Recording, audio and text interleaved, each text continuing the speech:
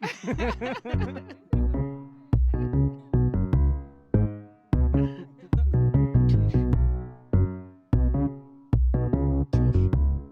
favourite trait of my mum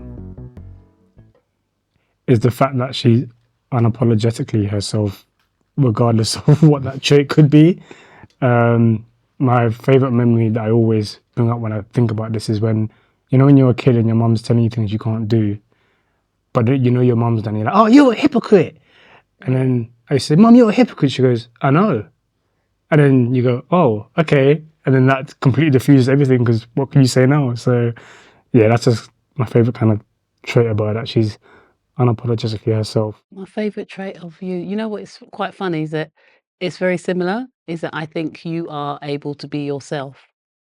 I don't think I'm able to be myself half the time, but I think you are, definitely. That's my favourite trait.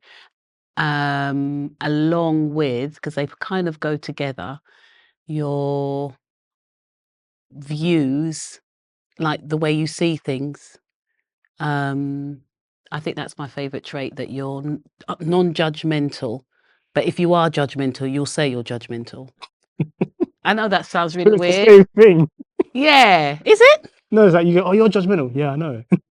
Yeah, exactly. So I like that. I like that you don't judge people, and That I judge people. and then yeah, but yeah. That's true, isn't it? Yeah. But also that you're yourself. You're not afraid to be yourself. Okay. So why do you feel, Auntie Sharon, that you can't always be yourself? Because it depends.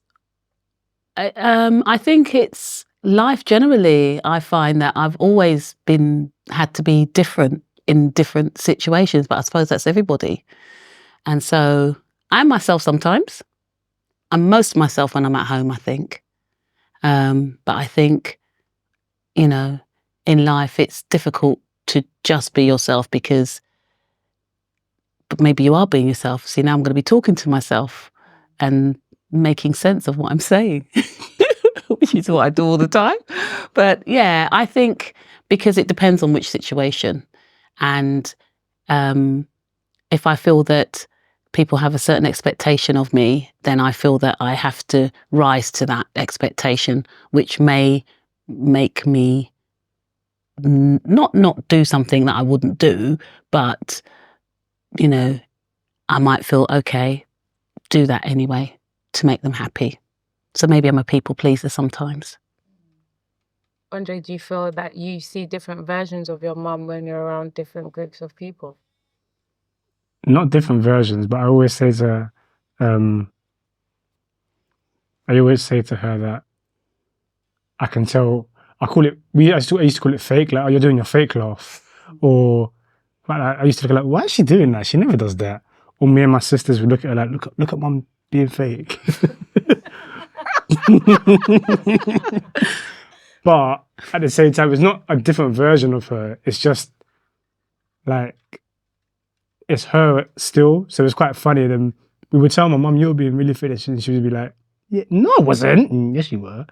But yeah, I don't think she changed herself. She just, I don't know what to call it. I guess you're kind of right when you said, as in everybody does it, and you have different versions for different places. Like when Grandad used to answer the phone, when I heard him the first time answer the phone, Yeah. He had a really strong Jamaican accent. But once the phone rang and he picked someone, goes, you out, mate? I'm like, who the hell is that? Like, he's still him, but... Or when he tries to do his Jamaican Cockney kind of, yeah. Yeah. She changed herself to be able to get her true values across in a way that other people won't feel threatened by. I think it's because being a black woman as well, just kind of like, you have to do that in certain spaces. Because the place I see was, I think, oh, where do I think, oh, she's being different? The only place is really when I see is when you take me to your work, and you're still yourself, and you're just a lot more, in a sense, sure of yourself, because I guess in the real world, you can't really afford to be unsure because people take advantage of that sometimes. So when I see you in other spaces, you're very... My most memorable shared moment with Andre is I remember when he was about 5 or 6, and we were walking to school. Do you remember this? You probably don't. Mum, there's like 360 days, but that could be it. You haven't said anything memorable yet. Because I'm sure I've told you this story before. And every time we used to walk to school, he used to say hello to everyone. I kid you not. He would walk down the road and in the morning, good morning, hi, morning. He was such a happy-go-lucky young boy. And one guy was walking past once. He went, morning, or something. And he just, and he went, oh, you're grumpy. And I just laughed. I'll never forget that, because I just thought, who are you? You're talking to this big man. Like, he not everyone wants to be happy in the morning like you. So that's one of my most memorable, I think. But you were about 5. I don't even think you remember it. Mm-mm. No. I'm sure I've told you before, though. You have. Yeah. Do you know what's funny? When you're a child, the things you remember most are always the negative. So it'll probably be you telling me off about something. There was one time, this is memorable though. Well, it is if you're remembering it. Yeah, exactly. Okay, so it was during my GCSEs and I wasn't applying myself very well. And my dad was like, oh, well, like, we'll be what it will be, kind of thing. And then mum didn't really want to accept that. I remember all in, I think it was the front room, just talking about it. And then the dynamic kind of got like me and dad versus mum. And I was like, fine, he can just fail and that'll be it. And I'm not going to bother anymore because you guys don't obviously care, and he can just fail and not do well. It's none of my business. And he just kind of just stormed out. I don't know why I remember that, but it was, now I look back, it was really funny. But I really remember that. It was horrible. I hated that time. I hated GCSEs. Oh. Why? Because it's just the pressure. I think as a parent, you have a sense of responsibility for your children. You want them to have the best start in life, and as a black child, you're having it twice as hard anyway. So you have that pressure as a parent to make sure that your child does as well as possible. Yeah, that's your one job. You give them the best start in life. That's your one job. And when you feel that you're not doing well at that, that's pressure on you as well. So, but obviously for the child or the young person, you don't see it, because I know what I was like. So I do remember that when I was like doing GCSE. Well, it wasn't GCSEs then when I was doing it.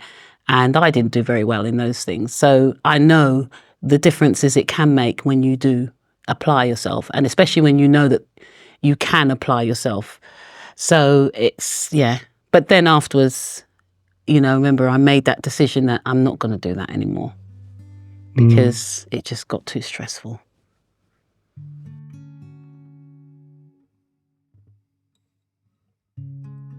What did your parents teach you that you've passed on to your own children? That they're going to be fine. And that's like even just talking about what we were just talking about. My dad always, and my mum particularly, I mean, what's her favourite saying? Never mind. She always, they always said that you're going to be fine. And that's one of the things I'm really grateful that they instilled in me, in that knowing that whatever happens, they're going to be fine. It's, you've got to let go of your own kind of expectations and what you want and, all of those things. You've just got to trust that they're going to be fine, and they will be. And I think that's what I hang on to. That's one of the things that I'm really pleased that they've passed on to me, because it puts my mind at ease and makes me feel peaceful, and I can breathe without stressing. If you don't mind, obviously your dad passed away. How do you feel his passing has affected you guys as a family? And then maybe both of you individually. So I'll let Andre answer that first, and then... I wasn't expecting to talk about granddad. It kind of solidified his teaching.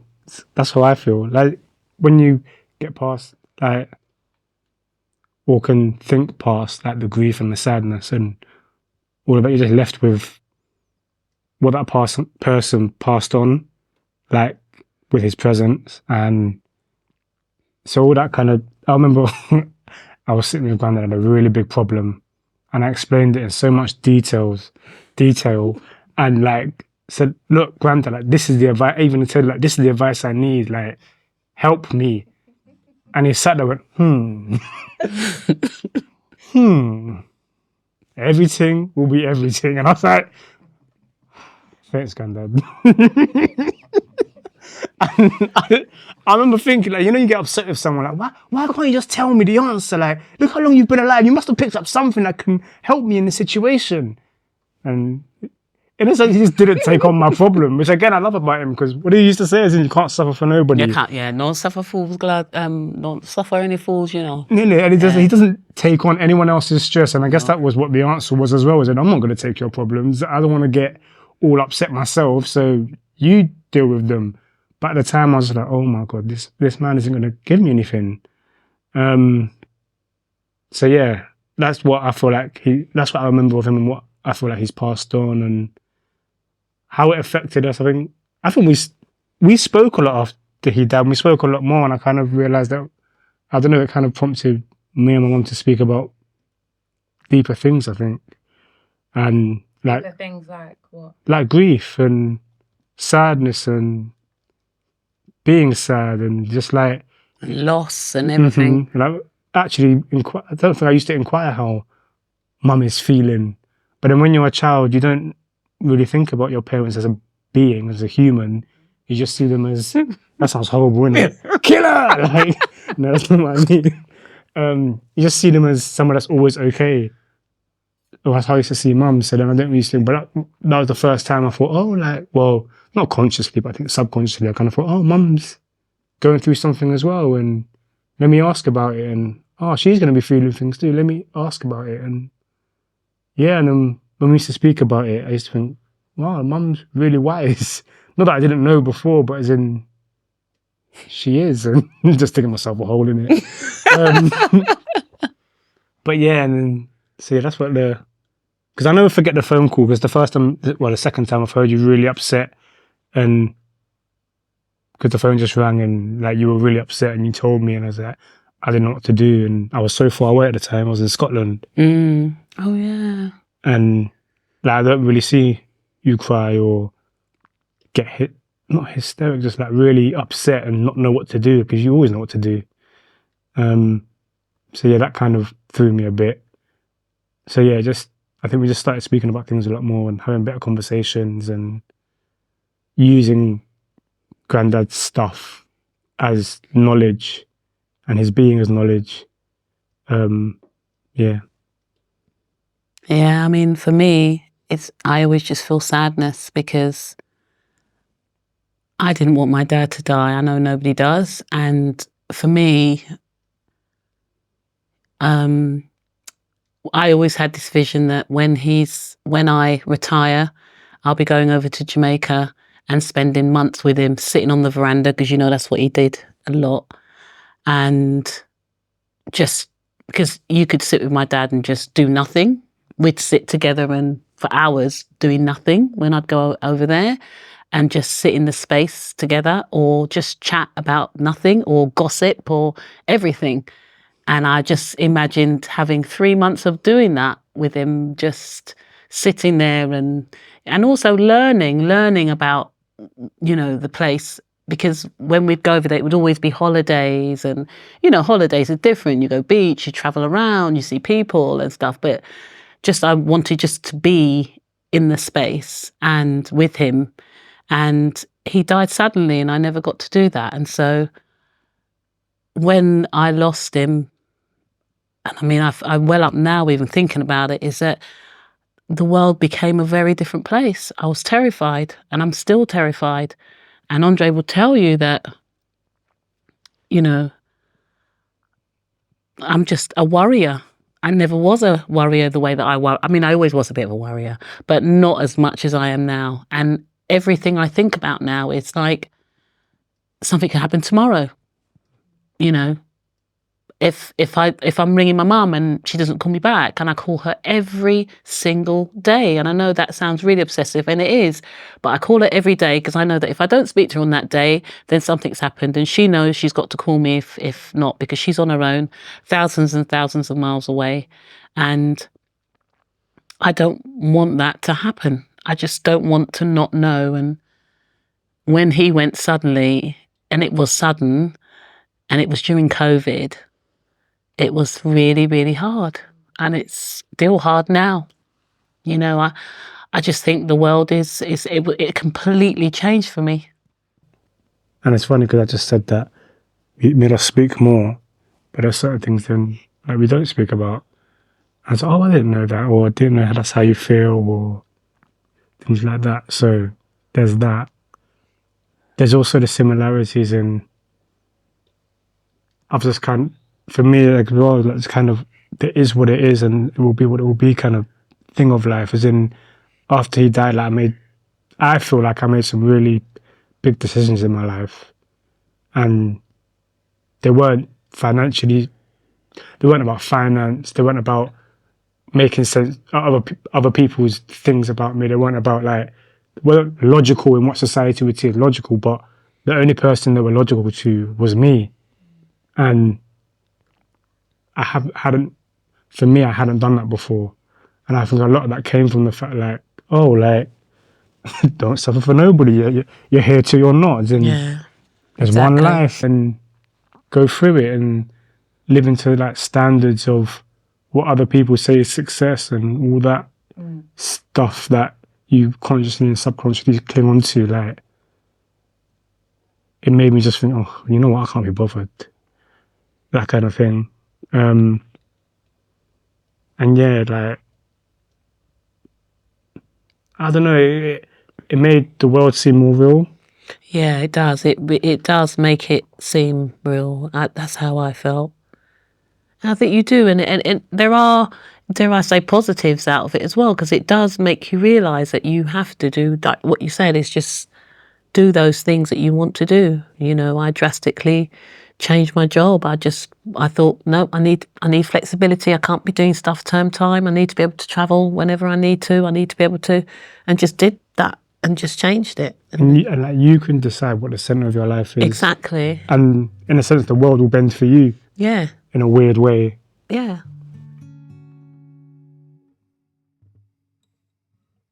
What does it mean to you when you say the world is bending around your mum and I guess yourself? What I mean by that is I knew and I will exist regardless. So whatever I choose to be, the world has to accept it in a weird way. Not that it's safe. I'm not saying, you got these people, you can be what you want to be and it'll be okay. No, there's still danger and fear and all those things, but it will bend, and it bends for others sometimes more easily, but it will bend for me too. Most of the reasons I don't bend is because of my own stuff and my own fears and my own worries of what will happen to me. But I think sometimes I over-exaggerate the threat. And overthink it and talk yourself out of it. Oh my gosh, the overthinking. That's one thing I think me and my mum... We both do. Yeah, and that you taught me is that... Because the voice in my head never shuts up, ever. It's always talking. This, that and the other. And sometimes I can realise that, oh no, that's not real. That's just your mind doing what it's supposed to do and it's trying to make sense of the world. And other times I think, oh my God, it won't shut up. And just... yeah. It's the chatter. Yeah, the chatterbox. It's called chatter. The chatter, yeah. Thoughts. And the negative thoughts are the prominent ones. It could only be 1 or 2 or 3 negative things, but they feel stronger and they stick with you. Whereas the positive ones kind of feel less than, but they are stronger. So. And then I realised the negative ones were always my stuff, not the world stuff. There was always a theme to them, and then you kind of inadvertently and sort of like meditation and just sit and think. And again, that's probably Granddad as well. Just sit and think and listen to them, and then realise they're just thoughts and that kind of stuff. And you can categorise them, and you'll realise that your brain's gonna chat do along it anyway. regardless. It's going to do it anyway. Um, and it's doing it, yeah. Yeah.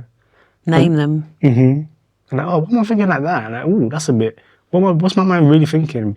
I guess you're scared of the negative, and the negative happens, and you worry and you fear and you feel horrible. But after a while you realise, oh, you're not dead. So then you're all right. But yeah, that's what kind of, going back to my point, that's what I kind of mean. The world will bend for you because you exist regardless, and you'll still be here. And you can always move and change.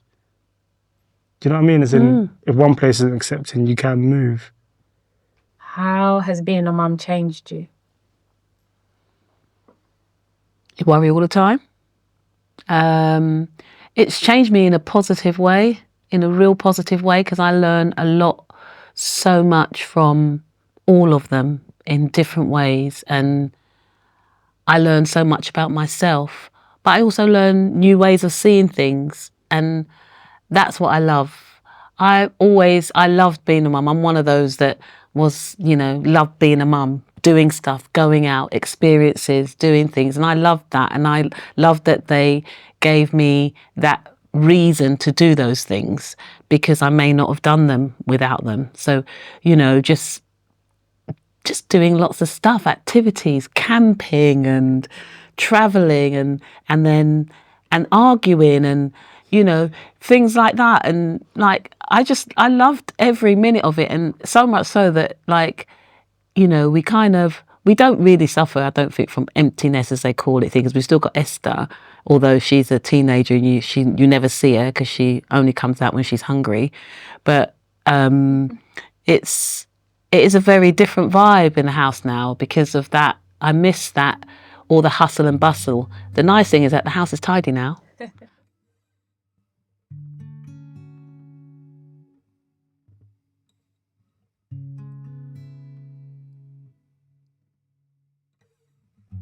What has being the eldest sibling taught you? I didn't need to look after them in that sense. No. Which was probably a very big privilege. And I guess the thing it's taught me is they teach me a lot. As the eldest sibling, as a young boy, I didn't extend there's something about care that I always think about, that I didn't have that. I was very much thinking about myself a lot growing up and where I fit in different social settings and trying to be somebody so I feel accepted and all that, growing up as a young boy. And then as a result of that, sometimes I didn't take time. I wouldn't say with both sisters, I'd say with Maya, because we're only 4 years apart. So when I was growing up, she was always right behind me, but I didn't take as much time to care, extend my love, or include. It was more just about me and how I fit in the world and how am I gonna survive, sounds dramatic, but live, and those kind of things. So I didn't, that's when you asked the question, I didn't really look after them, because I didn't, in that sense, because I was kind of a bit too worried about me and my stuff.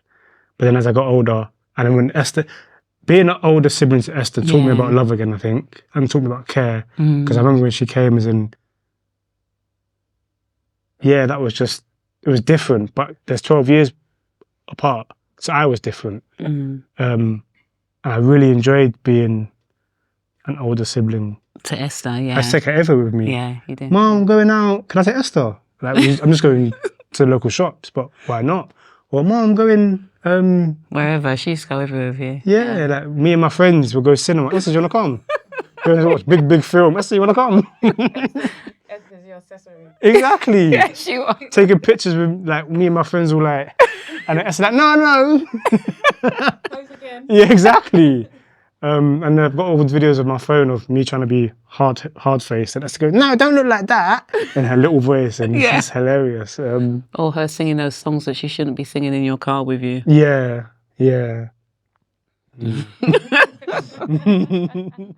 What does the future look like for us as a family? I don't know what you mean. So what hopes do you have that you would like to move forward What kind of things would you like to do together? Is there anything? There doesn't have to be. Definitely. We did last year, isn't it? Going on holiday together, going away. And I want to do more of that, I think, because I think it's really nice that when we're all in the same space as adults, okay, Esther's technically an apprentice adult. She's only 16, but she's, I think it's nice when we're all together. I love we don't have as many Sunday dinners anymore because one's one end and one's the other end, and we're kind of in the middle. I'd like to have more Sunday dinners together, but I think that it's difficult for everyone. Everyone has their own life, and it's just like, it's not fair to expect everyone to be driving hours and hours on end to come. But I do think the family holiday at least once or twice a year, and it doesn't have to be, I mean, I'm not talking about going abroad even in the UK, just being in a space together where we can just chill out, be competitive and, argue and just chill and, everyone trying to assert authority. It's a nice vibe. So and nobody I think, listening. And nobody listening, yeah. I don't have any real expectations. I try not to do that because I think when I say expectations, I mean as in from them, from the children, or even in my own relationship. I try not to sort of say, well, I want this, I want you to do that, and I want you to do this. But I do think I want a commitment that we will spend time together, at some point, because I think it's important for us as well, and for the family unit, and even for the wider family. I wish even the extended could be included, but that's just too much coordination. So, yeah, that's for me for the future. I'd like to see us do more holiday times together. We laugh because that whole thing about expectation and obligation, we spoke about that, and I was like, I don't have any obligations to you as your child. You go, yes, you do. When I'm old, you have to look after me. I said, oh yeah, no, that you don't. do. Yes, you do. But again, I don't know why I'm lying to myself. Yes, I do. But then also, I think my argument is that it's not an obligation if you want to do it. Like, so if you're older and need my help, like, it's like, oh, mum, okay, let's go and help mum. Like, I'm not ball and, I see obligation as ball and chain. It will be an obligation. By the time I get to the stage where I'm saying, oh, you need to come and take me shopping or whatever, you're going to be like, oh, gosh. It will be, but that's part of life. I think that's one expectation I have, actually. Yes, I didn't mention about that. Yeah, just to spend more time, I think. And like I said at the beginning, get to know both my mum and dad as people rather than parents, and spend more time and just talking and chatting. Like, I'm really excited for Jamaica. Yeah. That'll be fun. And just making more memories. Because again, that, from Grandad, that's what I kind of got, you only really have the memories, isn't it? And that's how people live on. So making more and just like, more laughter and silliness, and yeah, that's what I think the question was, what do you hope for more, isn't it? Yeah. Yeah, that's what I kind of hope for, I think, just more stuff. Like, we're all adults now, so we can do more stuff, and yeah, it'll be fun. So that's my hope. Love means to me, I used to think about all the positive emotions. So love is only happiness, joy, laughter, blah, blah, blah, blah, blah. All of those things. But I think love is just wanting the best for somebody and doing the things only you know. Accepting that you only know what you know, and loving somebody is wanting the best for them and trying to encourage the best in them. But that might not be how they're receiving it. But yeah, but love is just wanting the best for someone. And then again, there's something about love and intention that I'm trying to work out. Like, as in, I don't think love is about you in that sense, as in, love's confusing. And then there's the automatic thing of love, like some people you just love, and that's not romantic, or like not romantically, you just love them. Like, I love my parents, I love my friends, that I love them and want the best for them. And that's why I said it's not about positive emotions, because with that you can feel harsh and hard negative emotions and get really upset with them, but it's because you love them, and you argue and all of that, and that is love. I think I've spent my entire life, not entire life, probably from my 20s, really understanding about what love is, because I know what you're saying when you're saying you think it's one thing, and you then, the more I read about it, the more I learn about myself. I think love is, for me, about yourself. It's about how you feel about yourself, because then that radiates towards everyone else. And you can connect more with some people, I think, than others. But even in that, that's all also about yourself, how you feel about yourself. And I think love is learning and understanding yourself and then extending that out to other people, and not judging, trying not to judge, and allowing people to be who they are. The question's hard because it kind of assumes that I know what I'm talking about. Which in terms of love, like I'm kind of still working it out. So I don't know the answer to that. And then a lot of what you said, I will kind of try and take on, like, okay, just love yourself and the rest will follow. But yeah, I don't know the answer to that question. Think about what you didn't get. Yeah, what you didn't get from, it might be an adult, it could be a teacher, it could be an auntie, it could be somebody that says something to you that made you think something about yourself. And, it's not true. Just know that it's not true, or that at that time there was stuff going on in their lives that they couldn't give you what you wanted from them. So you need to just accept that. So that's where the loving for yourself comes. It's just forgive that person and forgive yourself. Just move on and love yourself. That's what I think. That's the best advice, because I think then you will open yourself up to receiving love. You're not looking for it from someone else. We all want to be loved. You will get it anyway, but loving yourself, the advice I'd give to anybody is just start with, what was it that you didn't get, and then work with that. My perspective on how people should be more loving or show more love. I think people should be more patient. I think the world right now is incredibly fast, and everybody needs to take time. We had COVID, and it took out like a massive chunk of our lives. And some people didn't make it. And people who did make it, they will be affected like forever. And we had that long pause, and it allowed you to just breathe and really like center yourself and regain that balance and like be grounded. And I feel like we should always take these moments, even if it's like, I don't know, 2 hours on a Sunday or 2 hours on a Thursday afternoon, just to take time and to be slow.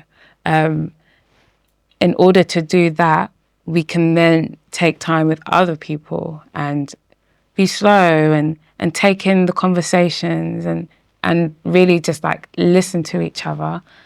And we don't all have to always agree.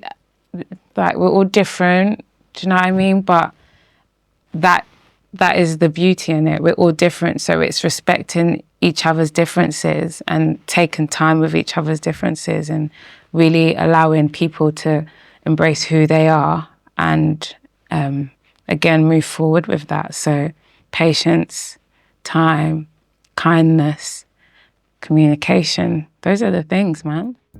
Yeah.